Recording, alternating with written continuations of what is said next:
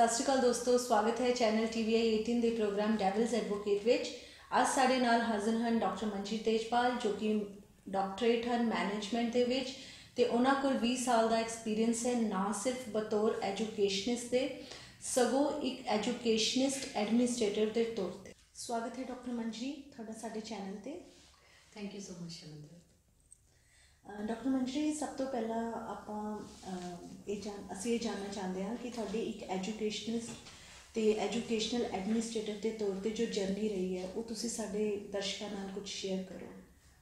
शमिंदर, मैंने अपना करियर 1998 में शुरू किया था और मैं एक MBA ग्रेजुएट थी, तो मैंने कॉर्पोरेट सेक्टर से अपना करियर शुरू किया।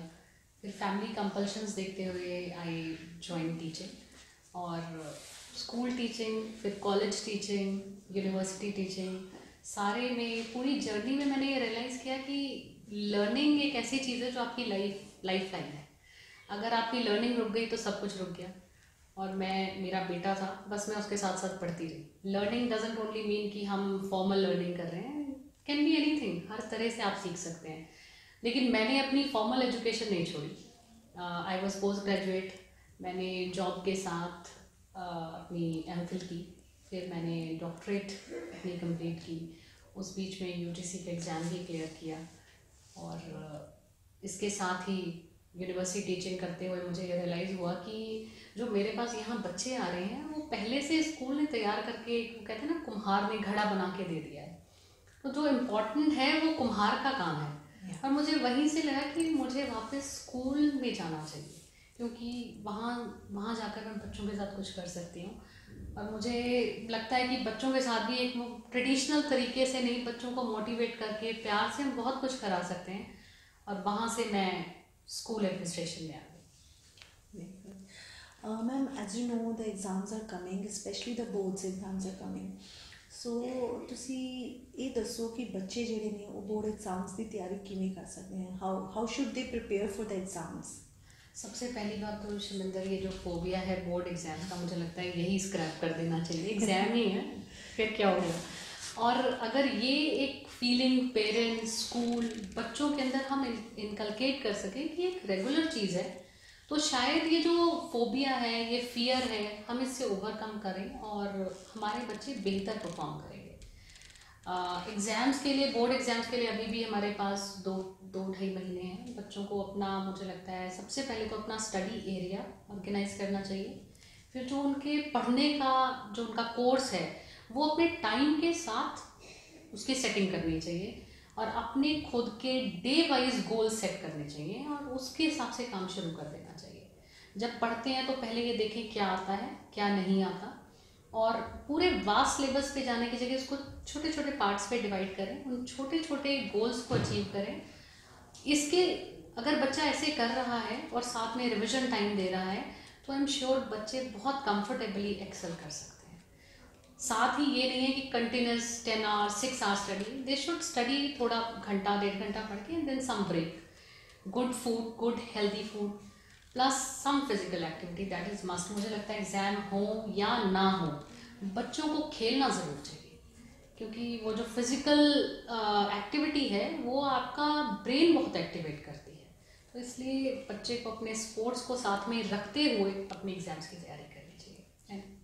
But ma'am, as you know कि एग्जाम्स हैं, प्रेशर बहुत होता है बच्चों पे, how can they deal with this pressure? Like what are the ways could you suggest to deal with this pressure?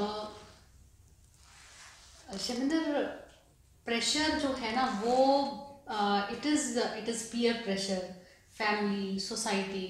तो सबसे पहले जो बहुत इम्पॉर्टेंट रोल है वो पेरेंट्स और टीचर्स का है।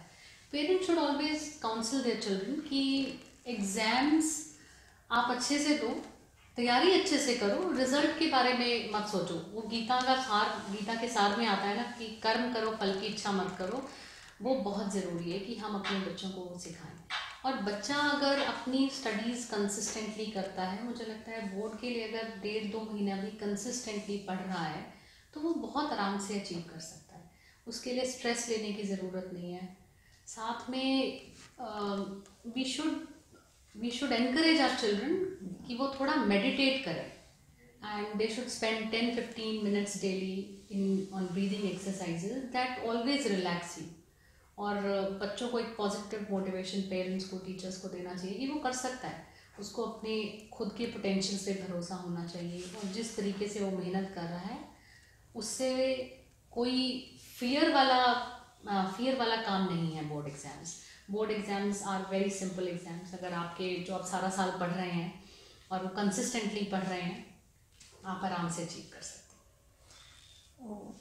Ma'am, what according to you can be the role played by parents and teachers like in handling this pressure?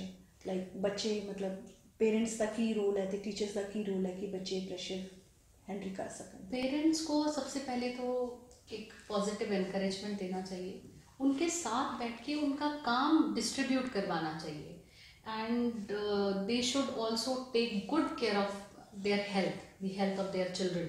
क्योंकि कई बार बच्चे इतना प्रेशर लेते हैं और वो कंटिन्यूस सिटिंग, कंटिन्यूस पढ़ते हैं, उसके कारण कई बार उनकी हेल्थ भी अफेक्टेड होती है। तो पेरेंट्स को ये देखना चाहिए कि बच्चा शॉर्ट ब्रेक्स ले रहा हो पढ़ने के बीच में, और जब बच्चा पढ़ रहा है उसको किसी भी तरीके की कोई हेल्प चाहिए, चाहे वो पेरेंट्स की प्रेजेंस की या in terms of studies, they should always provided. और किसी भी किस्म के नेगेटिव प्रेशर को बच्चों पर हावी नहीं होने देना चाहिए। और पेरेंट्स अगर बच्चे को बार बार अपनी एक्सपेक्टेशन बताते रहेंगे तो वो भी बच्चे पर प्रेशर माउंट कर देता है। पेरेंट्स को बच्चों को कहना चाहिए कि जो वो कर रहे हैं बहुत बढ़िया कर रहे हैं, बस थोड़ा सा अगर इसमें और एफर्ट्स डालते रहेंगे तो वो और एक्सेल कर सकते हैं। बच्चों को हमेशा खुद से कंपेयर करवाएं। जैसे हमारे पड़ोस में एक बच्चा है, उसके बहुत अच्छे नंबर आ गए, तो पेरेंट्स को वहाँ से कंपैरिजन नहीं कभी करवाना चाहिए। जो आपके अपने बच्चे की पोटेंशियल है, हमें उसको उसी की बेस लाइन रख के उसको आगे बढ़ने में मोटिवेट करना चाहिए। मैम, 10th तो बाद बच्चा केड़ी स्ट्रीम चुने, उसका बेस, उसका आधार की होना चाहिए? 10th के बाद शमिता, मैंने ये देखा है कि हमारे पटियाला जैसे शहर में आज भी मेडिकल, नॉन मेडिकल इनको लेके पेरेंट्स के अंदर बहुत ज़्यादा उत्सुकता है, और वो लोग इसके अलावा कुछ और ज़्यादा सोच नहीं पाते।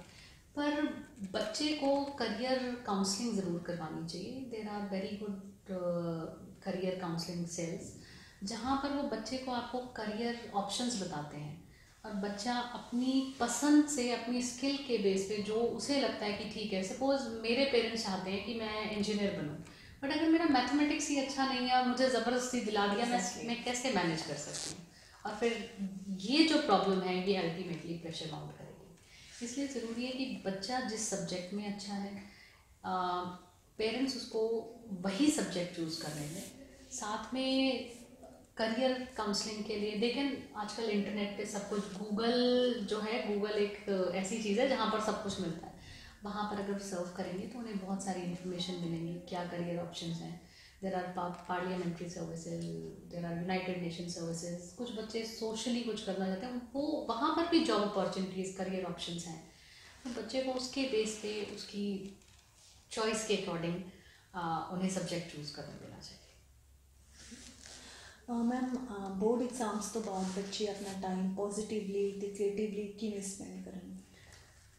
बोर्ड एग्ज़ाम्स के बाद हमारे पास टाइम होता है, एंड मुझे लगता है इतना 3 महीने 4 महीने बच्चे मेहनत करते हैं, क्योंकि अभी भी हमारे जो बच्चे हैं सारे, most of them have this habit of working the last minute. आखिरी के महीने 2 महीने बहुत मेहनत करते हैं, सारा साल कम करते हैं।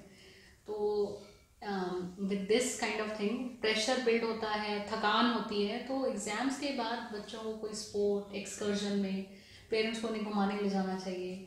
उनकी जो हॉबीज़ हैं उस तरफ फोकस करने देना चाहिए। किसी को खेलना पसंद है, किसी को आर्ट में या म्यूज़िक में इंटरेस्ट है, वहाँ पर let the child go and spend time there. And अखीर च मैम, ਅਸੀਂ ਤੁਹਾਡੇ ਵੱਲੋਂ ਜਿਹੜੇ ਬੱਚੇ ਬੋਰਡਸ ਐਗਜ਼ਾਮਸ ਵਿੱਚ ਅਪੀਅਰ ਹੋ ਰਹੇ ਨੇ ਉਹਨਾਂ ਲਈ ਤੇ ਉਹਨਾਂ ਦੇ ਪੇਰੈਂਟਸ ਲਈ ਕੋਈ ਮੈਸੇਜ, ਕੋਈ ਸੰਦੇਸ਼ ਤੁਹਾਡੇ ਵੱਲੋਂ? ਡਾਕਟਰ ਮੰਜੀ, ਪੇਰੈਂਟਸ ਤੇ ਟੀਚਰ ਇੱਕ ਇੰਡੀਵਿਜੂਅਲ ਬੱਚੇ ਦੀਆਂ ਕਮੀਆਂ ਨੂੰ दूर करने लिए किवें कोऑर्डिनेट कर सकते हैं? शमिंदर, बच्चे की ग्रोथ के लिए पेरेंट और टीचर का आपस में इंटरेक्शन बहुत ज़रूरी है। क्योंकि बच्चा अपने दिन का ऑलमोस्ट 1/4 टाइम स्कूल में स्पेंड करता है। टीचर्स बच्चे को बहुत अच्छे से जानते हैं और पेरेंट्स और टीचर्स इकट्ठे बैठकर बच्चे के एरियाज ऑफ इम्प्रूवमेंट आइडेंटिफाई कर सकते हैं और उसके अकॉर्डिंगली प्लान करा जा सकता है कि बच्चे का आगे आगे जो फर्दर उसके स्टेप्स हैं टू इम्प्रूव हिज एकेडमिक्स वो कैसे लिए जा सकते हैं। इसीलिए कई बार हम घर में कुछ करा रहे होते हैं, स्कूल में कुछ हो रहा होता है और इस मिसमैच के कारण बच्चा कंफ्यूज होता है और अल्टीमेटली उसकी परफॉर्मेंस अफेक्टेड होती है।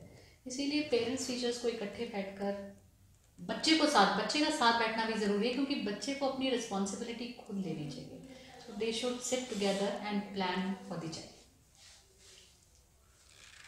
डॉक्टर मंशी, ਤੁਸੀਂ ਇੱਕ ਨਾਰਮਲ ਪਰਸੈਪਸ਼ਨ ਦੇ ਉਲਟ ਗੱਲ ਕਹੀ ਕਿ ਬੱਚਿਆਂ ਦਾ ਖੇਡਣਾ, ਉਹਨਾਂ ਦੇ ਸਪੋਰਟਸ ਵਿੱਚ ਪਾਰਟਿਸਿਪੇਟ ਕਰਨਾ, ਉਹਨਾਂ ਦੀ ਫਿਜ਼ੀਕਲ ਐਕਟੀਵਿਟੀ ਉਹਨਾਂ ਦੀ ਸਟੱਡੀ ਪ੍ਰੈਪਰੇਸ਼ਨ ਵਿੱਚ ਹੈਲਪਫੁਲ ਹੁੰਦੀ ਹੈ। Can you please elaborate on that? Shaminder, अब तो रिसर्च बड़ा क्लियरली स्टेट करती है, there lot of studies available कि जब हम फिजिकली इन्वॉल्व होते हैं, हम कोई स्पोर्ट्स खेलते हैं, तो हमारी बॉडी में पॉजिटिव हार्मोन्स रिलीज होते हैं। ये पॉजिटिव हार्मोन्स कंप्लीट सिस्टम को पॉजिटिव करते हैं, माइंडसेट को पॉजिटिव करते हैं, बच्चे को एनर्जाइज करते हैं। साथ में जब बच्चा खेलता है तो स्वेटिंग होती है, स्वेटिंग्स के थ्रू जो बॉडी के टॉक्सिक्स हैं वो रिलीज होते हैं। तो इन सारी चीज़ों से क्या होता है कि बच्चा स्ट्रेस फ्री हो जाता है और एक पॉजिटिव माइंडसेट बिल्ड होता है, स्ट्रेस फाइट कर सकता है और नेचुरली अपनी स्टडी पर बेटर फोकस कर सकता है।